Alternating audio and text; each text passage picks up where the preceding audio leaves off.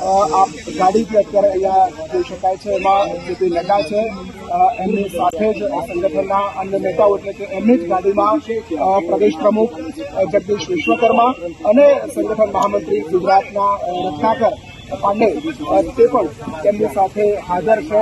અહીંયા થોડોક સમય બેઠા પછી આ તમામ નેતાઓ છે એ મુખ્યમંત્રી નિવાસસ્થાને જશે અને મુખ્યમંત્રી નિવાસસ્થાને આવતીકાલના નવા મંત્રીમંડળની ફાઇનલ યાદી છે એ તૈયાર કરવામાં આવશે અને ત્યાર પછી મંત્રીઓને નામની સૂચના